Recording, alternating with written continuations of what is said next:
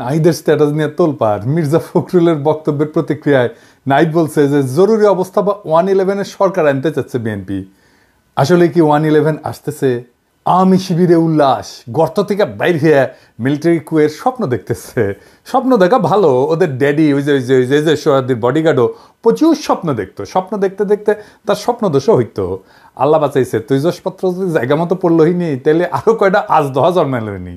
দুটাই জান কালা কালা করে দিছে, আরো কয়টা থাকলে কি হইল নি আল্লাহ জানে। আমি নিজেও কইছি যে ওয়াকার কি সিসির মতো সরকার বানাইতে চায়। তাই অনেকের মনে হইতে পারে দাদাই তো কইছিল, তাইলে হইতেছেটা কি? কয়দিন আগে না দাদা কইলেন যে 75-এর সাথে মিল আছে, ছাত্ররা কোণঠাসা হইয়া যাইতে পারে। ছাত্ররা কিঞ্চিত কোণঠাসা হয়েছে, কথা সত্য।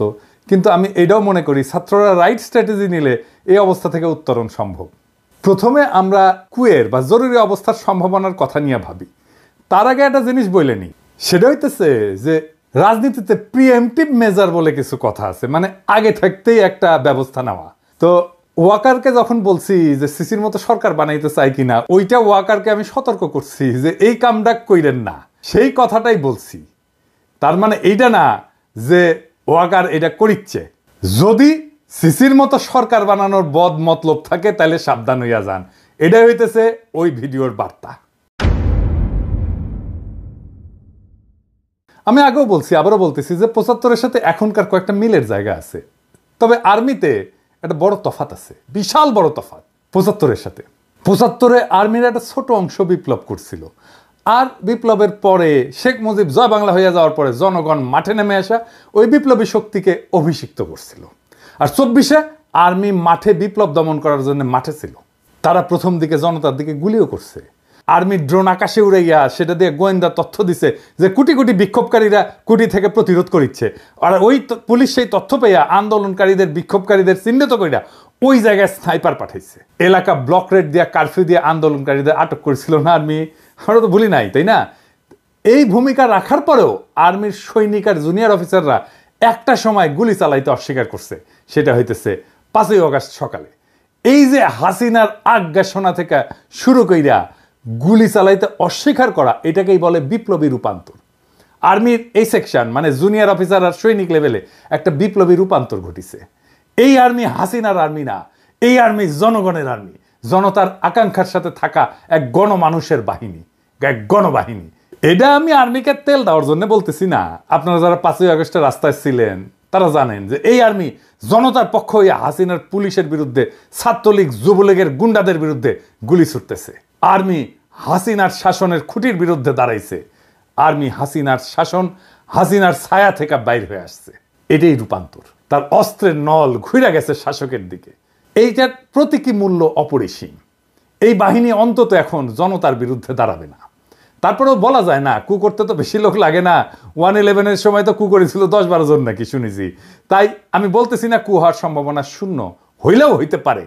তবে আমি চাই এটা কু হোক, তাহলে টেরাম টেরাম যুদ্ধ হবে। হ্যাঁ, কু হইলে ভালো হবে। কেন ভালো হবে আজের দেখি।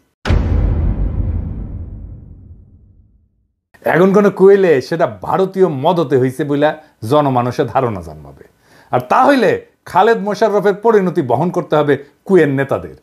আর্মির ইন্ডিয়া প্রভাবিত সেনা অফিসাররা একেবারে জয় বাংলা হয়ে যাবে। শুধু তাই না, বাংলাদেশে ইন্ডিয়ান সব স্ট্যাবলিশমেন্ট জয় বাংলা হয়ে যাবে। জুলাই বিপ্লবে যা যা দুর্বলতা ছিল, যা যা অসমাপ্ত কাজ ছিল, সেইগুলো সমাপ্ত হবে। যেমন সুপুনাই হয়ে যাবে। ধানমন্ডি 32 নম্বর বুলডোজার দিয়ে মাটিতে মিশিয়ে দেওয়া হবে। ইন্ডিয়ান এম্বাসি ক্লোজ করে দেওয়া হবে। সায়নট উদিসি বন্ধ করে দেওয়া হবে। ফ্যাসিবাদের যে দালালগুলো এখন মাথা তুলতেছে সেইগুলো বরাবর করে দেওয়া হবে। আর ভারতের আলো আর দিল্লি স্টার, ওই নিয়ে কিছু বলছি আমি? বলি নাই। হ্যাঁ হ্যাঁ, খালেদ মোশাররফের কু 3 দিন টিকেছিল। এই কু 3 ঘন্টা টিকবে কিনা সন্দেহ আছে। তখন সেনাবাহিনীর মধ্যে লিফলেট ছড়ানো হয়েছিল, ওই যে 75-এ নভেম্বর বিপ্লবের সময়। এখন পিনাকি আর ইলিয়াস ভিডিও বানাবি আর সেনাবাহিনীর জুনিয়র অফিসার আর সৈনিকদের আহ্বান জানাবে। 2 না পাল্টাইছে। বাংলাদেশের মানুষ রক্ত দিয়া বিজয় ছিনায় আনছে, সেই মানুষ ঘরে ফিরে গেছে সত্য, কিন্তু জুলাই বিপ্লবের ক্ষত সারে নাই, বুকের আগুন নেভে নাই। এই অগ্নিগর্ভ অবস্থায় জরুরি অবস্থা বা কু হান্দায় দেবে তেল ছাড়া, যেন এরপর কখনোই আর কু অভ্যাসের কথা কারো মাথাতে না আসে। আমাদের কাজ ফ্যাসিবাদের দোসরদের দাবরানির উপরে রাখা, আপনাদের চোখে পড়তেছে না হয়তো, কারণ এই কথাগুলো প্রকাশ্যে বলার বিষয় না, কিন্তু অনেক কাজ পিছনে হইতেছে। এইগুলা বেকুব কর্মীগুলো জানে না।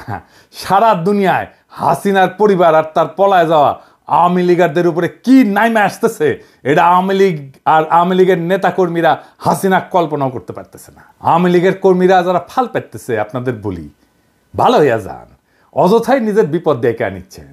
আমরা দয়া কইরা, একদম দয়া কইরা, মায়া কইরা প্রাপ্যটা দেইনি, ফাল পাইরেন না। আমি প্রত্যেকটা অঞ্চলে আওয়ামী লীগের কর্মীদের গণ ক্ষমা চাওয়ার আহ্বান জানাইতেছি। পাড়ায় পাড়ায় এদের ধৈর্য তওবা করাইবেন, মসজিদে মন্দিরে সমাজের সামনে হাত জোর কইরা মাপ চাইবে, কইবে আমার ভুল হইছে, মাপ কইরা দেন, আর কখনো করব না। তাইলে এদের তরপানি কমবে। এদের কোথায় পাবেন? আমরা একটা ওয়েবসাইটের কাজ করেছি, চলিচ্ছে, ওইটায় হাসিনার ফ্যাসিবাদের সকল সহযোগীর আমলনামা থাকবে। আওয়ামী লীগ, ছাত্রলীগ, যুবলীগের সব কমিটির নাম থাকবে, ছবি সহ, রেফারেন্স সহ, নাম ধরে ধরে সার্চ করা যাবে, বাংলা এবং ইংরেজিতে বিভিন্ন ক্যাটাগরিতে থাকবে। এমপি, দামি নির্বাচনের এমপি, সকল কমিটির সদস্য, সকল ব্যবসায়ী, সাংবাদিক, শিক্ষক, ডাক্তার, কৃষিবিদ, আমলা, পুলিশ, যারা যারা এই ফ্যাসিবাদের দোষর ছিল সবার নাম থাকবে। এবং এখনো ফ্যাসিবাদের দালালি করে যাইতেছে দেশে এবং বিদেশে সবার। কাজটা বড়, টাইম লাগবে, ফান্ড লাগবে। রাজনৈতিক দলগুলোর বা সরকারের তো করার কথা ছিল, তারা তো অন্য কাজে ব্যস্ত। কাজ শুরু হয়ে গেছে। এর মধ্যে আমরা যুক্ত করব কারা কারা আওয়ামী লীগারদেরকে আশ্রয় দিছে, পুনর্বাসিত করছে, তাদেরও নাম থাকবে। যুগ যুগ ধরে মানুষের ঘৃণার উৎস হইয়া থাকবে এই ওয়েবসাইটটা। এইবার পার্বত্য চট্টগ্রাম বিষয়ে আরো একটা জিনিস বাদ পড়েছিল, সেটা আলাপ করি, আসেন। গুরুত্বপূর্ণ বিষয় কলে পার্বত্য চট্টগ্রামে শুধু ভালো প্রশাসনিক অফিসার পাঠাতে হবে তা কিন্তু না, আমি শুধু তাই বলিনি। তার সাথে ভালো শিক্ষক পাঠাইতে হবে, ভালো ডাক্তার পাঠাইতে হবে, ভালো সামাজিক কর্মী পাঠাইতে হবে। ওইখানে পার্বত্য অঞ্চলে বিকেএসপির মতো কয়েকটা প্রতিষ্ঠান তৈরি করতে হবে।